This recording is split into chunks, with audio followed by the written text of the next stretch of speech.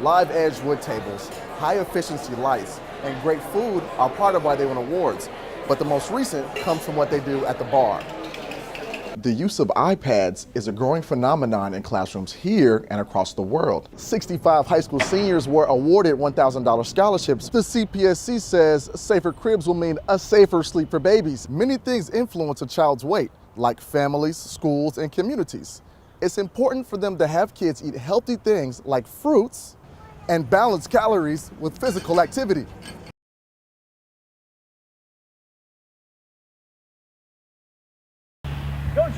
Jason is from New York, George is from Liberia, and Farah is from Palestine. They come from different places and speak different languages, but they share a common bond.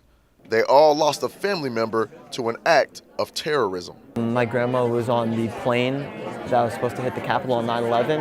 I lost my daddy in 9/11. He worked with Cantor Fitzgerald on the 105th floor. 77 young adults from 8 different countries traveled to Middleburg, Virginia to share their stories. It's called Project Common Bond. And the first thing that we've done is open our hearts. You have this connection and you've never met before. You've only met for a couple days, but you can just be so close. This is the 4th consecutive year of Project Common Bond, hosted for teens affected by terrorism. Tuesday's children thought it was important to bring it back to the States near DC to commemorate the 10th anniversary of 9/11. Prasad from Sri Lanka is writing and saying in his own language, which means there's not enough darkness to extinguish one candle. We have been told by some of the parents that we work with that their child has never spoken about this before or at home, and they do so here because they're with peers and they're with understanding groups. During the week, the teens toured popular attractions in Washington. Back at camp, they participated in different activities: soccer, art, dance, and trivia. And I love coming here because no one treats me different. It's true that we all lost someone due to an act of terrorism, but what is greater is what we did after.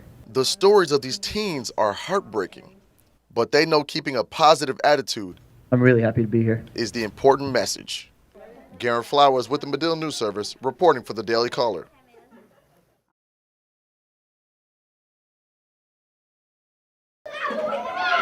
Stephen Bailey works at the YMCA as a camp counselor. To get active. That's the message we are trying to send out. He's here with other camps and programs at the Let's Read, Let's Move Summer Series, an event hosted by the U.S. Department of Education.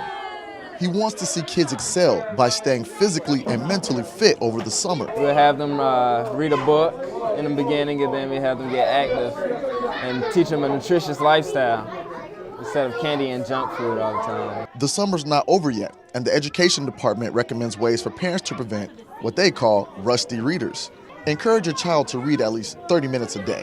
Provide incentives for kids who prefer not to read. Make reading a social act involving other people. And have them read up beforehand when going on trips like the aquarium. Children leave in June, they come back in September with a loss in reading. We want to be sure that children continue over the summer to build those skills that teachers work so hard at developing. What we wanted for all of the children that participated in this reading series over the last month is what we want for every child in America. Now, let's talk about childhood obesity. Many things influence a child's weight, like families, schools, and communities.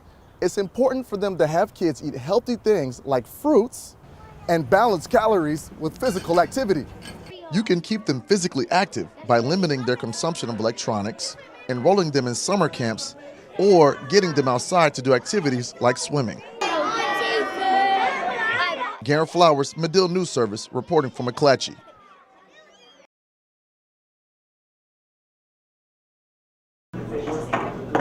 But I said, why don't we bring Japan to Chicago? When an earthquake and tsunami devastated much of Japan, Chef Judson Todd Allen's plans changed. I was packed, passport ready to go, literally. His trip abroad was suddenly canceled, but that didn't stop the aspiring TV food host from learning about Japanese cuisine and culture. American teriyaki sauce. He says he knew he needed to give back somehow. I got the vision to offer a live cooking show benefit. And we came up with the name Gambate Japan, serving you to encourage you. After months of planning, photographers arrived and set up for a promotional video shoot for the benefit. Also on hand to show support a representative from the Japanese Consulate General Office. Surprised and pleased to see so many broad base of support actually spread here in the United States. Chef Todd chose to feature this restaurant because of its history. The owner of Kamahachi says she wants the benefit to remind people of the terrible earthquake that hit Japan on March 11th. We just hope that it sends a message and that everybody comes together and helps to benefit the people of Japan. Perzoli says lending her services is her way of showing compassion. And for Chef Todd, the promotional shoot is just the beginning. He hopes the benefit next month will make a difference and remind Chicagoans that the people of Japan continue to recover. Karen Flowers, Northwestern News Network.